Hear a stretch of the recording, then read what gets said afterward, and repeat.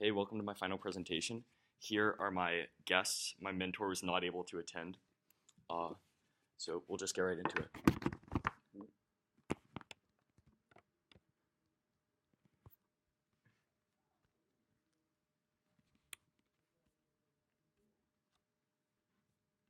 All right, cool.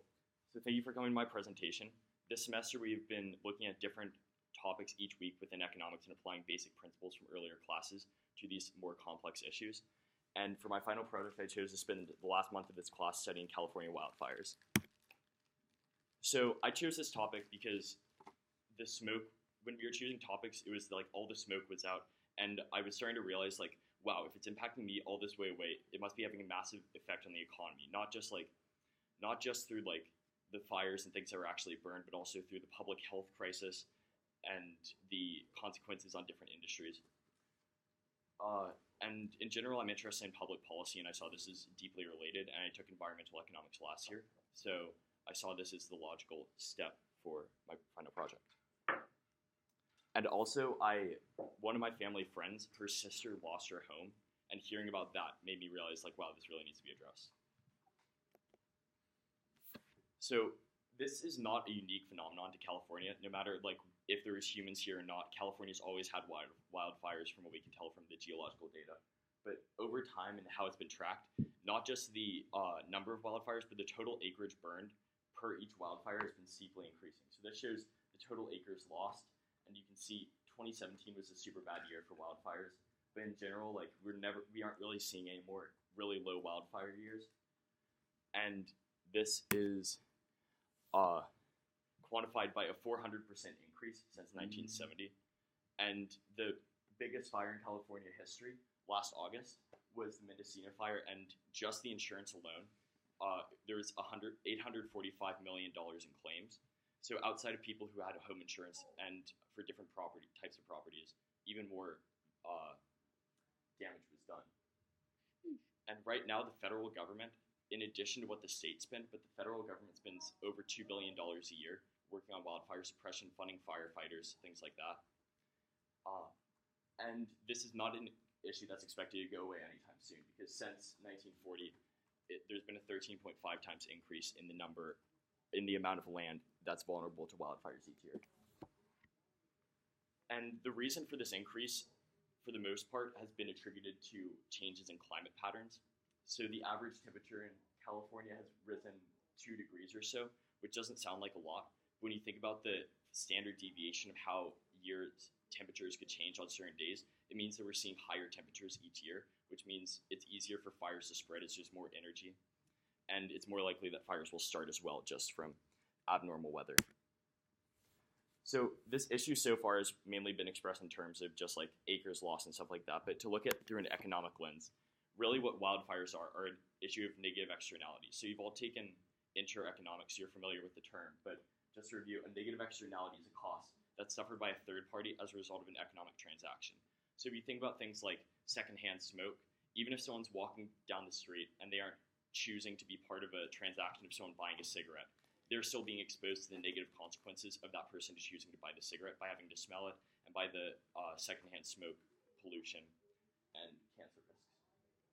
So some examples of negative externalities, or actually I'll show this first. A negative externality is visualized here. You can think about what the original supply curve would look like and the demand curve. And this is, if we think of this as the market equilibrium, and this is the new supply curve after the negative externality has been inflicted, you can see that there's deadweight loss and a loss of profit. So greenhouse gas production is an example of negative externalities. Factories that operate with certain gases or people buying products that have certain chemicals in them leads to changes in climate, and then that negative externalities inflict on people who lose their properties and have to suffer the consequences of smoke. There's also the negative externalities from people choosing to smoke cigarettes and build campfires, and of water consumption, which hurts relief efforts for wildfires. And then also a negative externality of choosing to build your home in a poor location, which we'll touch on later. But that's been a big issue with people building homes in areas that help wildfires spread. just to run through some quick effects of wildfires on local economies. In the short term, they actually raise employment. They raise employment. Sorry, that's a misphrase. And then in the long term, it decreases unemployment. It decreases employment. That's because there's a demand for people to help with firefighting efforts in the short term. But in the long term, there's a lot of volatility, and people aren't as likely to want to build businesses in those locations that are affected by wildfires. And that goes into volatility of wages. When employment is not steady, wages aren't as well. And there's disproportionate effects on different industries, such as tourism, farming, and forestry are the most hurt. And as you saw earlier, there's a $2 billion fee on wildfire suppression efforts, and so it's consuming the national budget. It leads to recession and poverty, and it leads to decreased investment in those local economies, property damage, damage to public goods such as national forests, and then also an increase in public health spending for those who are hurt. This is just an illustration of the demand for workers. So initially, there's an increase in demand, but in the long term, there's going to be less demand overall. And that's what the shifting would look like. So you go from having this quantity of people employed to this, and then afterwards, it drops to an even lower point.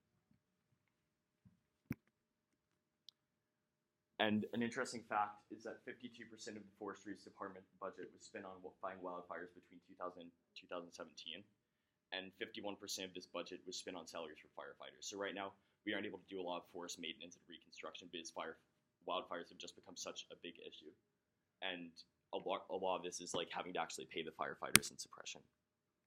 So the question we have to ask when thinking of solutions is, what is going to maximize our utility? And is it worth it to take up a greater portion of our budget for the trade-off of decreasing these natural disasters in the long term? How do we balance the risks of global warming and fire damage? Well, there's some potential solutions that I looked into. These are an overview of the current solutions. Right now, the main strategies are pretty traditional firefighting efforts to stop burns, increase risk assessment, treat the forest better so that there's less likely to be wildfires, and part of this is reducing the number of trees so that it doesn't spread as easily, and then also activist efforts around homes and home designs so that less homes will burn. So one of these solutions is to create housing zones. As you can see in the Bay Area, in this less populated area, it's a lot more likely that wildfires will start, and building homes in this area is actually discouraged because it helps the fire to spread more quickly. If you can think about a fire climbing a building, it means that when the roof is burning, pieces can blow off and spread the fire farther. The only issue with building these housing zones is that the home price in California has been significantly higher than the rest of the country. This high line right here is California, and this is the national average for home costs. So California, already due to the constraints on supply of housing, has had significantly higher home prices because so many people are moving here for jobs and they want homes. So that's the major trade-off with that solution. Another solution is housing regulations. This demonstrates a few housing regulations, and then this shows a visual layout of proposals of borders of how far people can have trees from their house and how big their properties have to be so that they don't spread from house to house with their neighbors if there's a fire. And the negative consequence of these solutions, of course, is that people have to spend money on modifying their homes, or homes get more expensive because they take more labor to construct, or they're built in untraditional ways. And certain materials are expensive to incorporate, like fire-resistant woods, are not as cheap as normal woods. So that would, again, lead to an increase in housing price, which is a crisis in California. Another solution is to reduce water consumption, because right now, why these fires are spreading so easily, partially, is because there's been the drought going on at the same time. These abnormally dry years, which means that vegetation is drier and more likely to spread, but also there's no water to fight fires. You can see right here that this is the worst drought that California's ever been in, and the amount of area that's in exceptionally drought-like states is very high. And if you look at California's water consumption, the most disproportionate water consumer in the state is farming, compared to how much of the industry compared to the essential uses and the other industries. So a lot of people have proposed to reduce farming consumption of water and have stricter regulations, higher costs of water. Of course, this is a pretty big issue to actually implement that because California's economy is made up around 40% of farming, and California is the fourth largest economy in the world if it was a country itself, right after the U.S.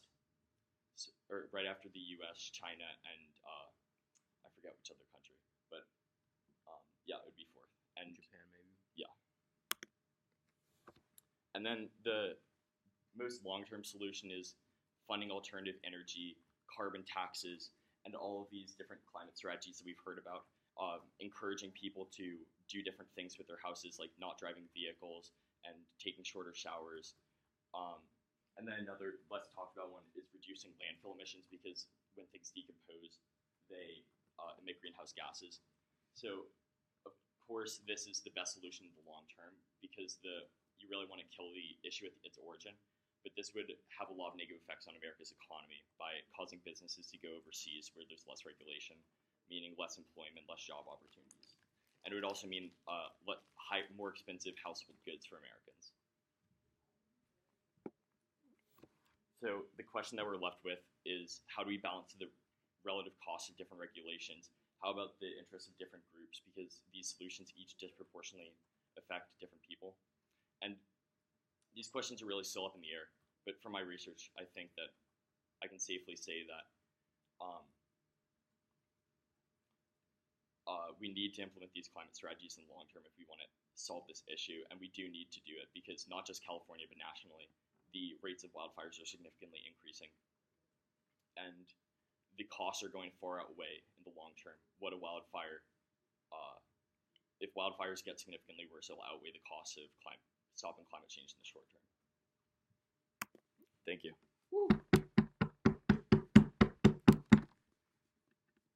Nice job, Gavin.